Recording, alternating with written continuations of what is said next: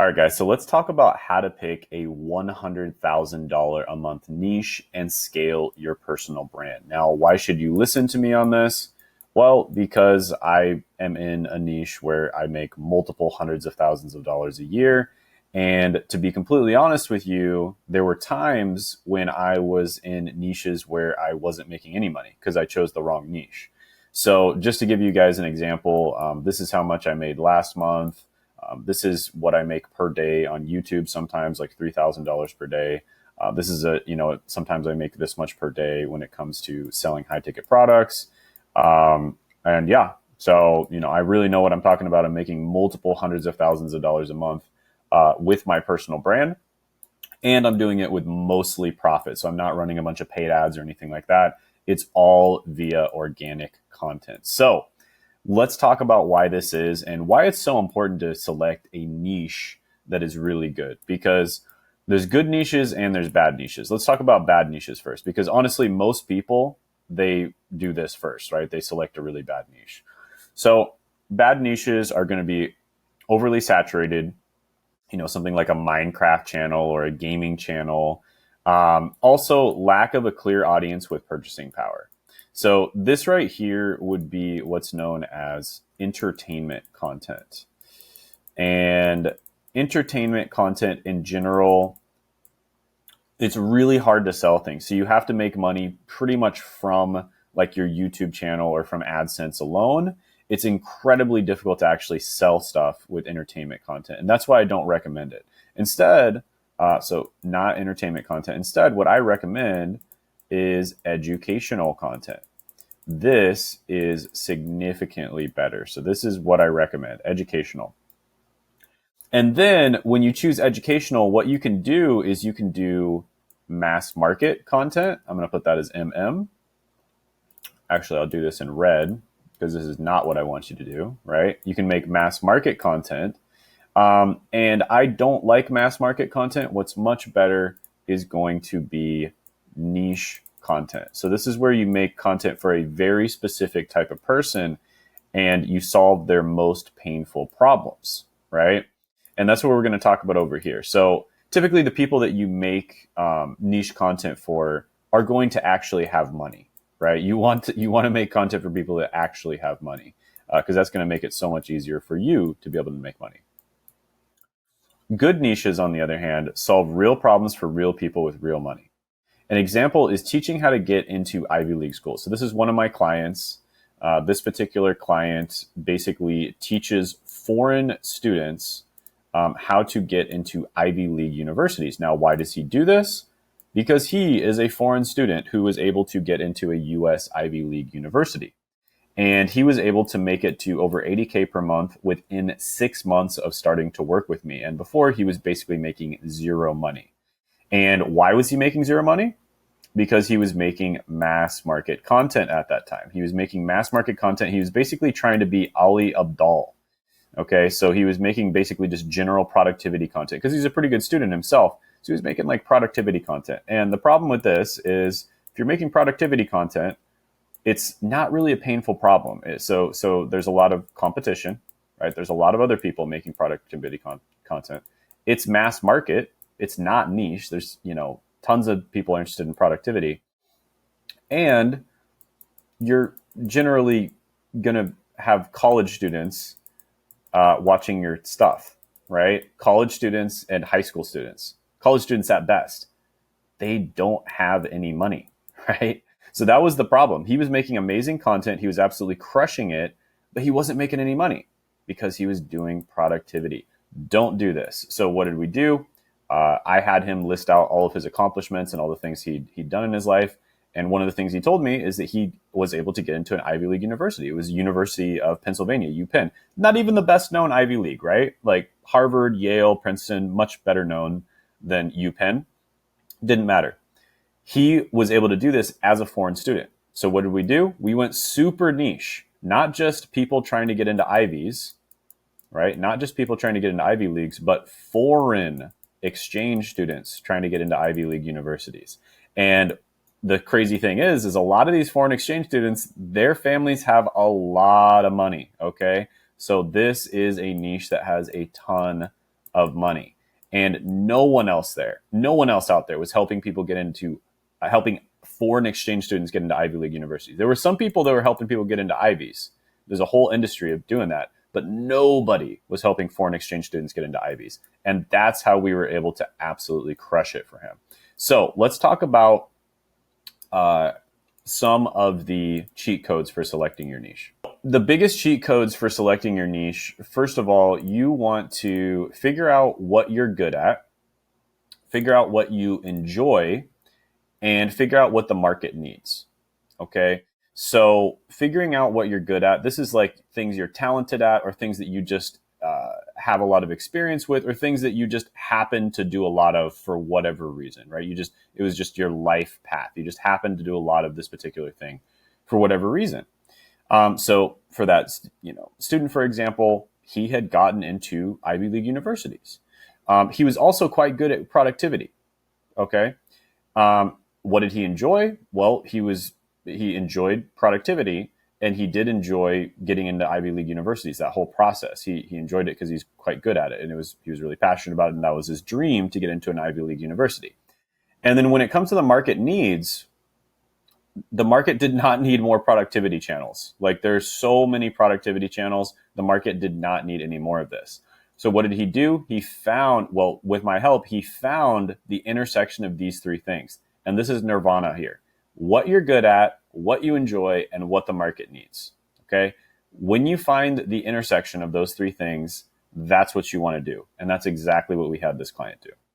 So cheat code number 1 for selecting your niche: realize that you are the niche. Okay? Now, what exactly do I mean by this? Well, when you create a personal brand, you can talk about a lot of different things, and you need to actually share your personality with people, share your past, use your story to your advantage, because your mess can become your message. Because there's, as much as you want to think that you're a, unique snowflake, and I know we all want to think that, the truth is, if you've ever had a certain problem, chances are hundreds of thousands or millions of other people have had that same exact problem. If you've ever felt certain emotions, millions of other people have felt those exact same emotions, maybe even hundreds of millions or billions, right? There is nothing unique. There's basically zero unique stories under the sun. Everybody has felt those emotions. And if you've been able to overcome those problems, then you can teach other people how to do the same thing, right? So you are the niche. Be yourself, but be the best version of yourself, okay? So cheat code number 2 for selecting your niche: what kind of content do you consume for fun regularly? Also, what are you naturally good at? What have you had experience with? So a really easy way of checking this out is just look at your YouTube search history. What type of content do you regularly watch on YouTube? And maybe even go back a year, go back, a long period of time, and look at the type of content that you regularly watched at that time on YouTube as well. And that type of content is likely going to be something that you are very interested in, for one, but because of the fact you've been consuming it a lot, you probably are naturally good at it, or you've had a lot of experience with it as well, because people tend to like things that they're good at. And also people that, consume a lot of content tend to be better than the average person when it comes to that subject. Okay. So this is the best thing that I can tell you to do, is look at your YouTube search history and just analyze it from an objective standpoint. If you're spending, hundreds or thousands of hours looking up certain types of content, chances are you're going to understand that niche like the back of your hand. Cheat code number 3 for selecting your niche: what niches can you easily make money from? So this is a list of CPMs for niches. You can, of course, pause the video and check these out. But this is, how much you make in general from AdSense on YouTube for these niches, which is a good way of kind of telling how much advertisers are willing to pay to show up on your videos, which is a pretty good indicator of how profitable the niche is. And then you also want to look at how many views you can get in the niche. And you want to look at if it's good or bad for digital products, because digital products are the easiest way of making money on YouTube, and the easiest thing to sell, both from affiliate marketing. You can sell other people's digital products, or you can sell your own digital products as well. And so you can kind of see there's certain niches here that really stand out. personal finance, Forex / trading, make money online, career niche. This one's pretty good. Software niche is phenomenal. Et cetera, et cetera, et cetera. And you can kind of go down the list here and just kind of see which niches are the best. So just as an example, you could kind of, put that client that I was talking about in the career niche. You could probably put them under that category of being in the career niche / education niche.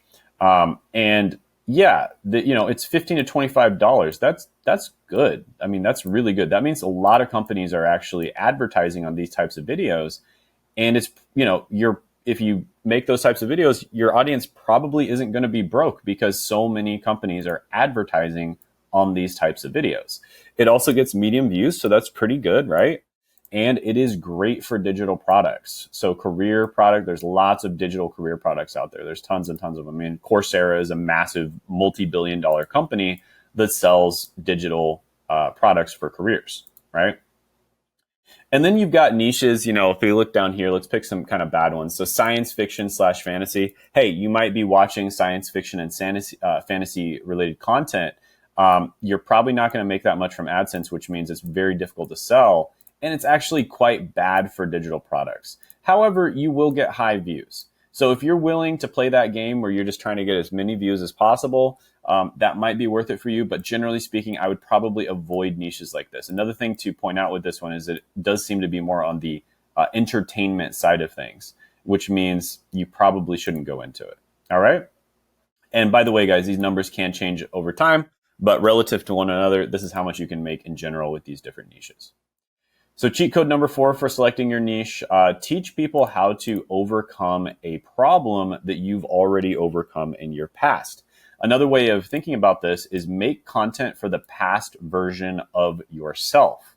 Okay, so if you're making content for the past version of yourself, guys, you are going to understand your niche on a deeper level than just about anyone else. Because you can think back like, what were the emotions that I was feeling at the time?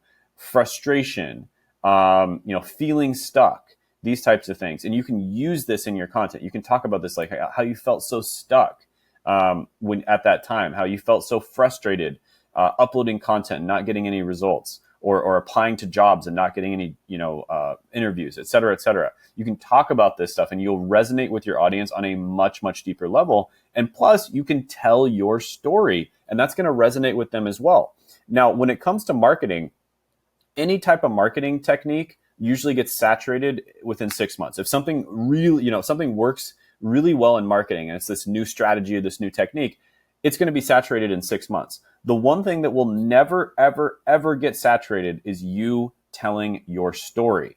And so if you can solve problems for the past version of yourself, and you can tell your story and tell them how you were able to do it, that's going to resonate with your audience on a deep level because they're going to be like, oh, he did it, I can do it as well. Okay, so it's going to resonate with them on a deep level. And all of a sudden, if you do that versus trying to sell something that you've never done before, for instance, if I tried to sell women on how to lose weight, right? That's not going to resonate with women, right? Generally speaking, that's not going to resonate with them because first of all, I'm not a woman, right? In 2025, you have to identify yourself. I'm a he, him, right? So I'm not a woman and I am definitely not someone who's an expert at losing weight because I've never really gained a lot of weight, right? However, if you were a woman who, ballooned up to a large amount of weight and then you were able to lose it, that is going to resonate incredibly with so many women out there. And so this is something that makes you so unique. Being able to tell your story is such an unbelievably powerful marketing technique, guys. And it's also a great technique for actually getting your clients results because they believe that they can get results because you did as well and you're going to be their guide. Okay. So this is so unbelievably powerful. Can't emphasize how important this is. And this is really the number one way that I recommend choosing a really good niche. Cheat code number 5 for selecting your niche. If it doesn't work after 10 to 30 videos, just switch niches because remember, you are the niche. So it doesn't matter. So when I first started on YouTube, I tried a bunch of different things. I talked about a bunch of different things that I'd gotten good at in the past. For instance, I talked about grant writing. I got fairly good at grant writing in the past, and that's one of the things that I talked about on YouTube. I talked about personal finance, budgeting, saving money on college, all this kind of stuff. But what really resonated with my audience was more of the career stuff. And that's what I ended up going with. And that's what ended up being extremely successful and getting me to the point where I am today.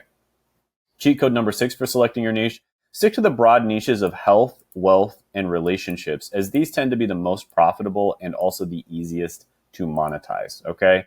So health, the reason you want to stick to these broad niches, guys, everyone in the world probably has health problems right now. Either they want to gain more muscle, lose a little bit of fat, have more energy, have less brain fog, et cetera, et cetera. Everyone in the world probably wants to make more money, just about everybody in the world, because that's how you literally can make everything else in your life better. As unfortunate as it is, that's just the truth. And everyone in the world wants to have better relationships, whether it is finding a significant other, being able to communicate with other people better, having better style, being better at giving speeches, et cetera, et cetera. And these tend to be the most profitable and the easiest to monetize, just simply because everyone in the world has these problems and they need these problems solved. So let's talk about the expert secrets method. And this is something I got from Russell Brunson. He wrote a book called Expert Secrets, which I highly, highly recommend. This is a phenomenal book. Every entrepreneur, especially if you're starting a personal brand, should read this book. And this is all about being, one of the biggest things that he emphasizes in the book is being anti-establishment. And it's a way to set yourself apart. So think about it. Why would you buy a high ticket product or, just a higher level product from someone if they're teaching the same thing that everyone else is teaching? So by being anti-establishment, I don't necessarily mean you hate the government or anything like that, although that's one example of it. What I mean is you look at what everyone is saying in the market, you identify the flaws with that messaging, and then you really make a lot of content about the flaws of that messaging and what you believe to be true instead, right? So I'll just give you an example. I use this with the topic of college degrees. Americans specifically are extremely suspicious of the entire college system that basically requires them to spend $100K plus and rising on a college degree when most degrees are rapidly losing their value, especially considering in most countries a college degree is reasonably priced or even free. So I made a lot of content about college degrees, and then what I would sell people is a career course, or I would do affiliate marketing for career courses. And the reason I did this is because college degrees are, the kind of the gold standard that the establishment says that you should do. Everyone should go to college. When in reality, especially in the US, many college degrees are extremely suspicious. Many of them are kind of just complete waste of money, if you ask me, and if you ask many people out there. And then some of them are kind of mediocre, where they could be good if you have the right plan, or they could be bad if you don't have the right plan. And then some of them are just straight up good, right? Some of the college degrees are good. But this is a really good quote from Russell Brunson. He says, "People will do anything for those who encourage their dreams, justify their failures, allay their fears, confirm their suspicions, and help them to throw rocks at their enemies." This is a super powerful quote, guys. Read this 5 or 10 times if you need to, but oh my goodness, this makes a massive difference when it comes to marketing. You do not want to position yourself as the guy who teaches everyone the exact thing that everyone else teaches, okay? So many people make a mistake with this. Instead, you want to position yourself as the guy who teaches different things than everyone else teaches, or you teach it from a different angle, et cetera, right? So you can do this in almost any niche. Look at the niche, see what the common advice is, see where the holes are in the common advice, and make content that debunks that advice, or at least revises it. For instance, with my channel where I talk about careers and college degrees, I encourage their dreams. You can get a great high-paying job easily. Justify their failures. The reason you haven't been able to get a great job is because the education system is broken and corrupt. It's not your fault. Allay their fears. It's less risky to get a good job using alternative education methods outside of traditional college for many careers, because you don't have to take out loans or spend 4 years of your life in order to get the job. Confirm their suspicions. Corrupt college and student loan services are profiting billions off of student loan system, and there's basically zero repercussion for it, so it's only going to get worse. And throw rocks at their enemies. Traditional colleges don't want you to know that there are alternatives to college that are much less risky, much faster, less expensive, and will result in you making much more money throughout your lifetime. They've brainwashed most Americans into thinking college is the only way to be successful when clearly it isn't. Now, one thing I should mention is I 100% believe the above to be true. I'm not just doing this as some marketing gimmick. So don't say controversial things just to say controversial things. Make sure you're actually believing that what you're saying is true for your target demographic, at least. For instance, there are some college degrees that are clearly still worth it overall. And there are people in situations where even a low ROI degree might be worth it to them from a personal growth standpoint. But they are not, part of my target demographic. Just another example of this is different diets work better for different types of people. There's one diet that might work incredibly for one type of person and it's terrible for another person, right? So obviously, if you're an advocate for that diet, you're going to say this diet is amazing, and it's going to be amazing for maybe 20 or 30% of people out there. And then the other 70%, it's not going to be great for them, but maybe they try it and it's not great for them and then they move on, and it's just that simple, right? So that is a really powerful way of doing things, is to emphasize why your thing is the best and why other things are not working for a lot of people out there. But at the same time, you want to be realistic about it. Or you can just keep it family friendly and not worry about it. It isn't necessary to be controversial. Just look at Ali Abdaal, Graham Stephan, etc. But if you aren't controversial, you have to compensate by being better in other areas. So you have to just make a significantly better content. And more on this topic in other sections. So let's talk about client success. Okay. So quick success. This is the client that was teaching Ivy League admission stuff, and he made $10,000 in his first 18 days and made $85,000 in his first 6 months. And he was able to generate massive amounts of revenue. I think he made $100,000 just a little bit after 6 months, but it was around $85,000 to $100,000 within 6 months. And he's absolutely crushing it now. So that's just an example, guys. He switched from a super mass market, broad audience where he was selling to like high school kids and college kids that didn't have any money, to a super niche specific audience where he was selling to the high school kids, foreign exchange students, but really he's selling to their parents who have a ton of money, and they were easily able to pay his rates and even more than that. So very, very important stuff, guys. Make sure you're picking the right niche, a niche that can enable you to get to 100K per month and scale your personal brand. And by the way, if you want help with this, I do have a program where I help people to scale their personal brand. It's going to be down in the description and the pinned comment below.